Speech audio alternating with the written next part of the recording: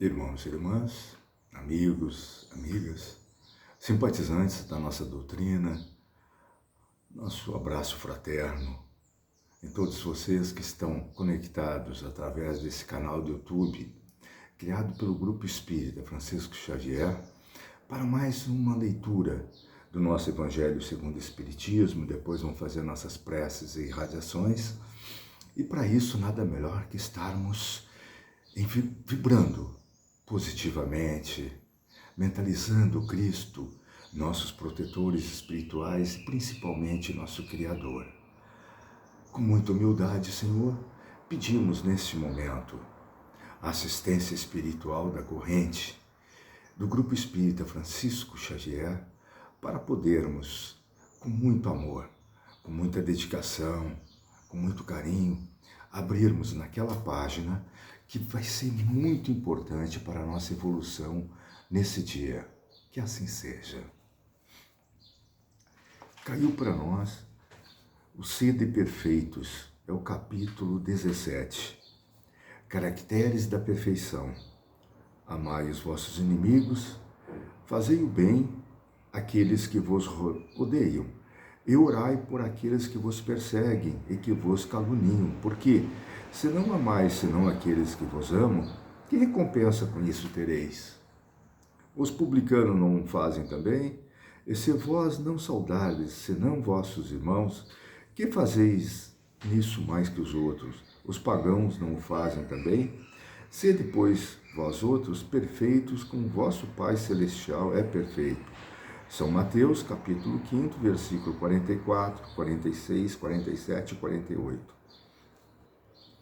Uma vez que Deus possui a perfeição infinita em todas as coisas, esta máxima, sede perfeitos, como vosso Pai Celestial é perfeito, tomada ao pé da letra, pressuporia a possibilidade de se atingir a perfeição absoluta.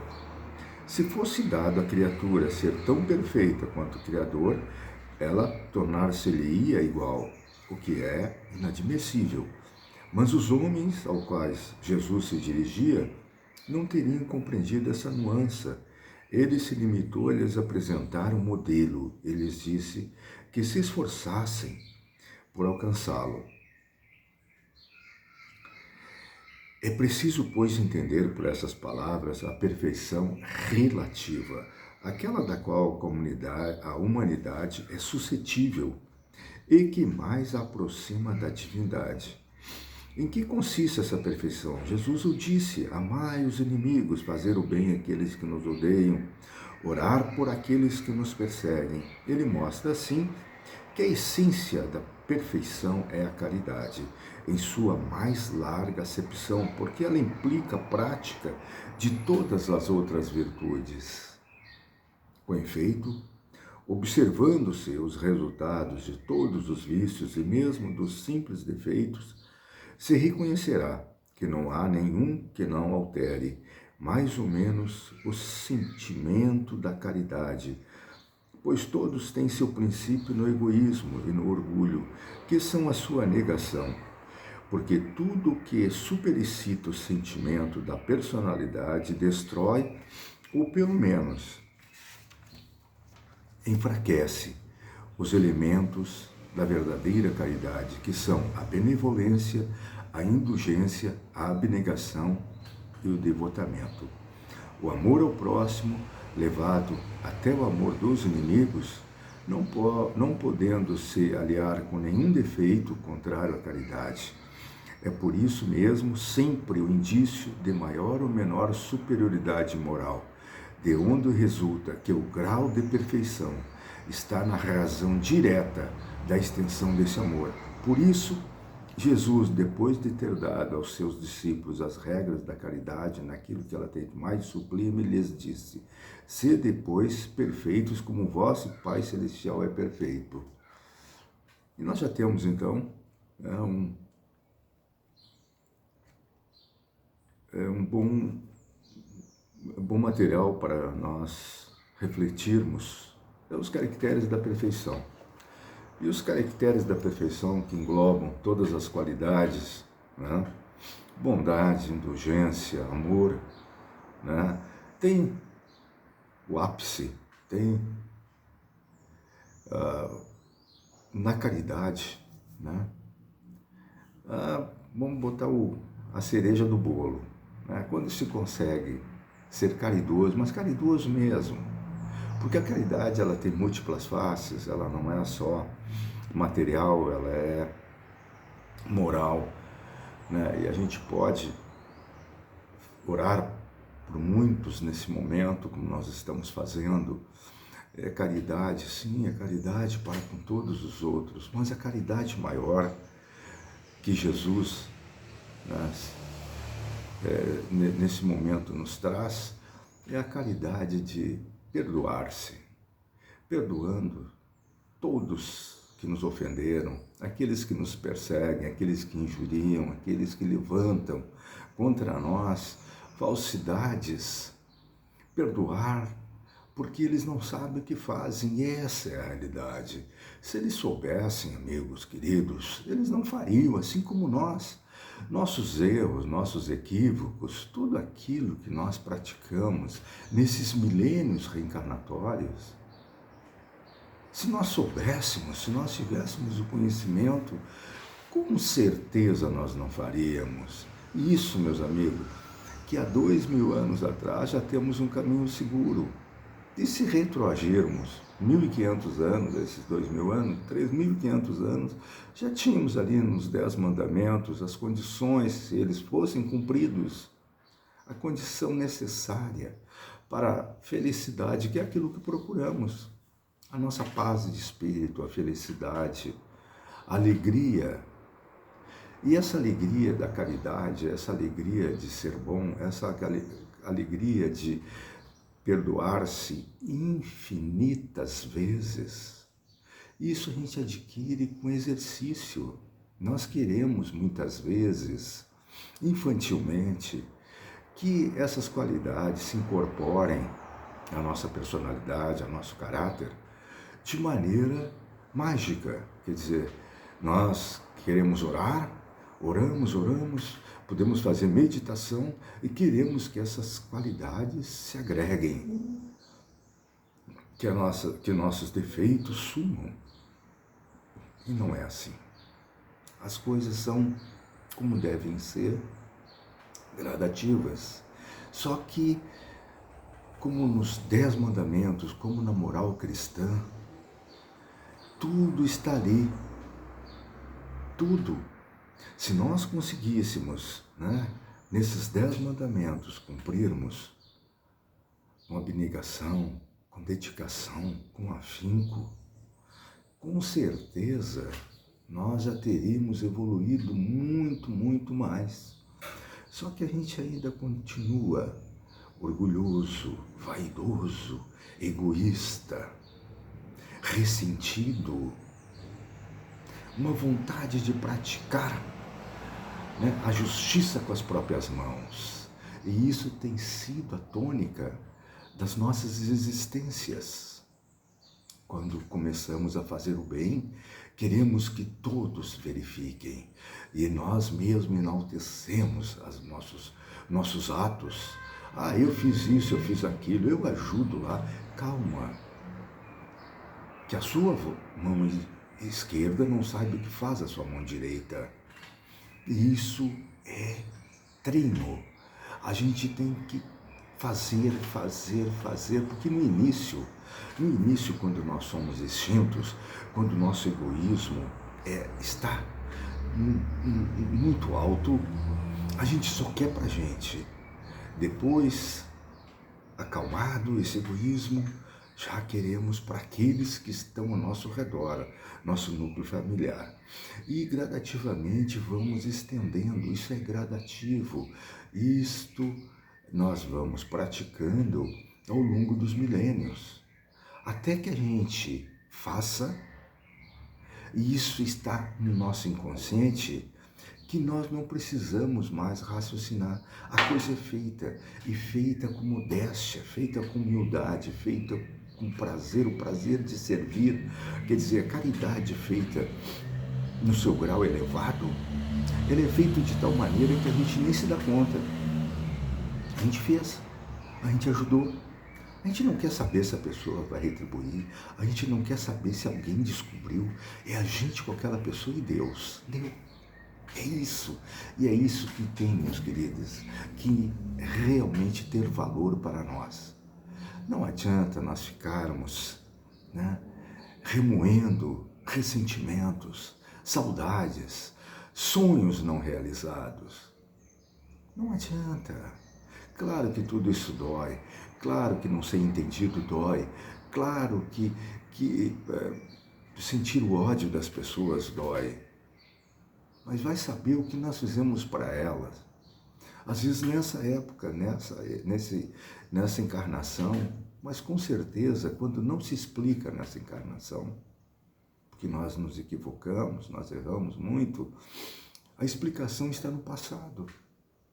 Vocês acreditam que alguém pudesse chegar aqui, olhar para a gente sem a gente abrir a boca e nos odiar profundamente? Por nada? Claro que não. Isso não é racional. O equilíbrio requer o quê? Análise.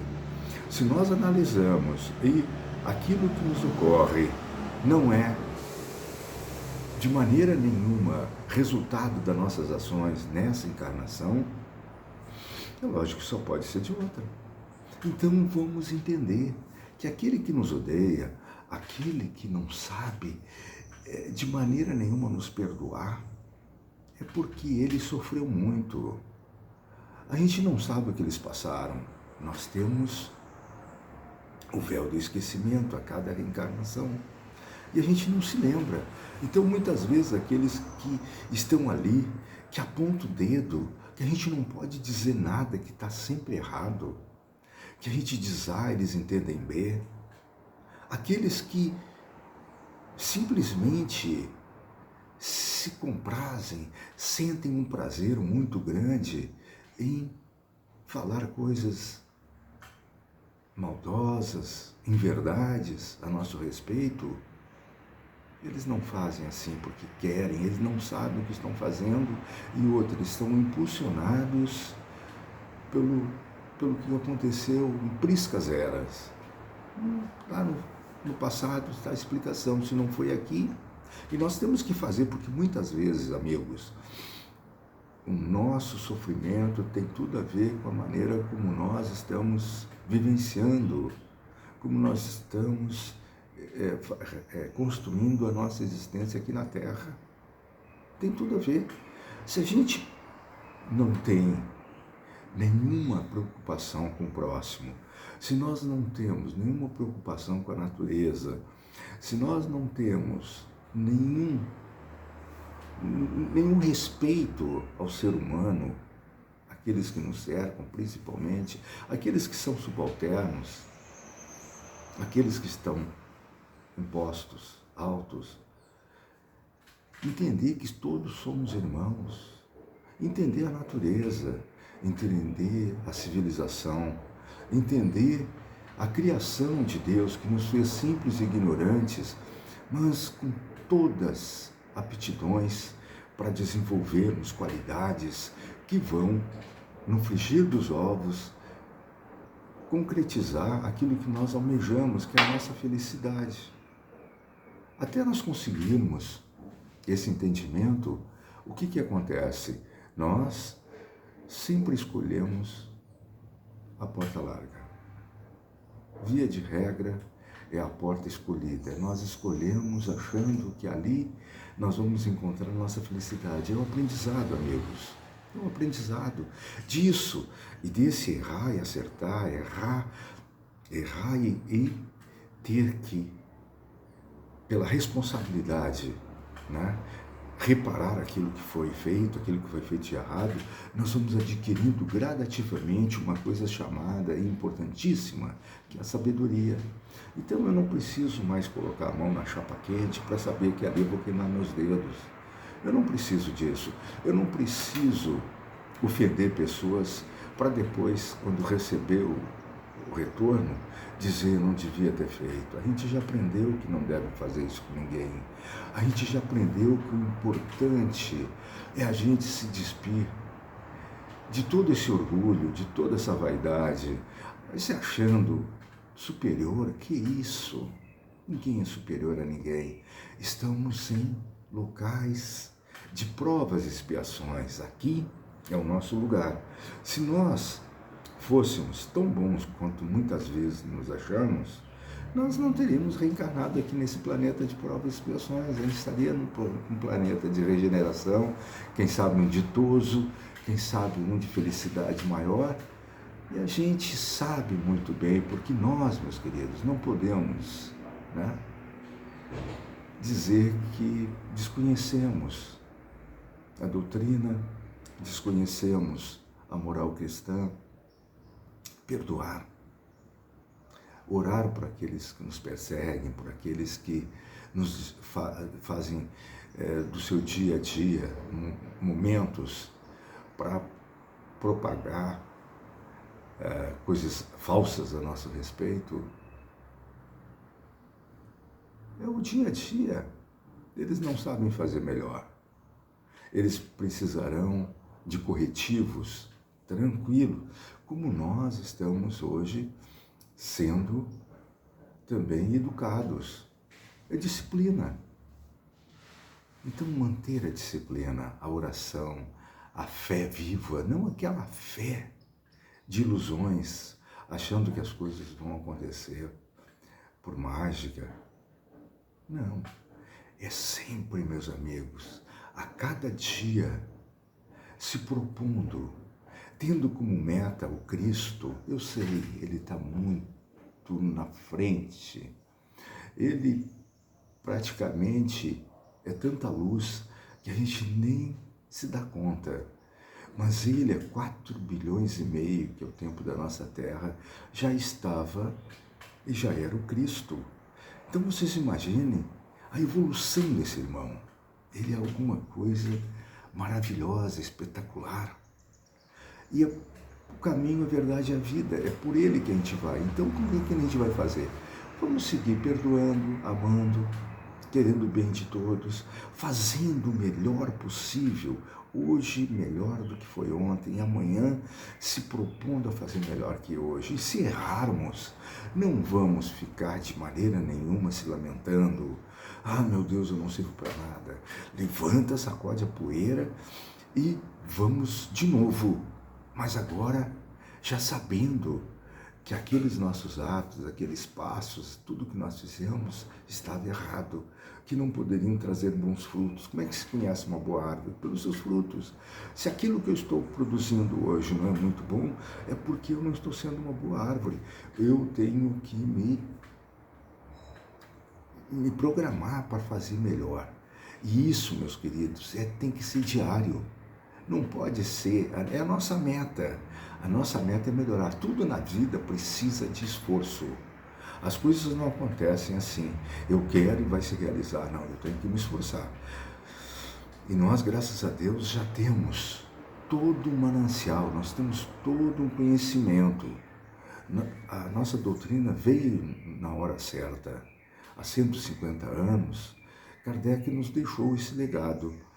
E nós temos já condições tranquilas de fazer o bem, de querer o bem, de lutar pelo bem. E para isso, meus amigos, é necessário esforço, disciplina, fé, a fé racional, que sabe de onde nós viemos, o que nós estamos fazendo aqui, para onde nós queremos ir, e incorporar isso às nossas vidas. Diariamente, orando, agradecendo a Deus, o nosso primeiro pensamento, agradecer, tem mais uma oportunidade hoje.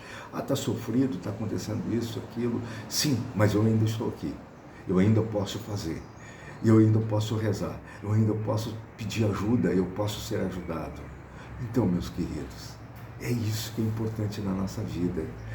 É a misericórdia, o amor, o perdão, a caridade, a compaixão, e fazer sempre aos outros aquilo que a gente gostaria que os outros nos fizessem. Mais uma vez, foi maravilhoso ter estado com vocês. Fiquem bem, vamos cultivar pensamentos positivos e vamos em frente, com Cristo nos guiando sempre. Amigos queridos, agora Agora vamos passar para nossas preces e irradiações. Irmãos, vamos unir nossas almas confiantes para dedicar nosso pensamento e sentimentos fraternos para quem precisa, quem está carente de saúde e de paz. Convidamos todos os irmãos a manterem seus corações e pensamentos vibrando nas preces que faremos a Deus. A partir deste momento, em favor daqueles a quem endereçarmos nossas vibrações. Prece para os enfermos. Neste momento, abrimos uma corrente de vibrações em benefício dos nossos irmãos enfermos, que se encontram em nossas casas, hospitais, casas de caridade e demais locais onde se acham passando por dolorosas provações. Senhor, pedimos alívio para esses irmãos, que o teu infinito amor permita que os divinos mensageiros possam deles se aproximar, suavizando-lhes o sofrimento. Senhor, se as tuas leis permitirem, que possam recuperar a saúde e tenham muita coragem e esperanças sob a tua misericórdia infinita. Prece para os desencarnados. Pai, lembramos com muito carinho dos nossos irmãos desencarnados, pedindo tuas bênçãos a esses irmãos queridos, que possam despertar para a realidade espiritual sob a luz da verdade e de teu sublime amor, que se esclareçam, se libertem de todas as perturbações, reanimem-se e progridam, envolvidos na força da tua amorosa proteção. Prece para os lares. Pai, precisamos que o teu amor ilumine os nossos lares, afastando as trevas da incompreensão, dos vícios, do sofrimento, das perturbações espirituais. Ajuda-nos, Pai, a compreender que somos todos teus filhos, formando uma família com quem temos a necessidade de aprender a amar, auxiliando-nos uns aos outros. Que em nossos lares reine a harmonia e a paz sob as tuas bênçãos divinas. Prece para a paz no mundo. Em ti, Senhor, está a força suprema do bem e da paz, que governa o universo. Abençoa os dirigentes de todas as nações, especialmente os do nosso país, que saibam governar bem sob tua proteção, no sentido da ordem e da fraternidade universal. Prece de encerramento. Graças, Senhor, por esses momentos felizes e pela assistência amorosa dos bons espíritos. Abençoa-nos, seja feita a tua vontade. Despede-nos na tua paz. Assim seja.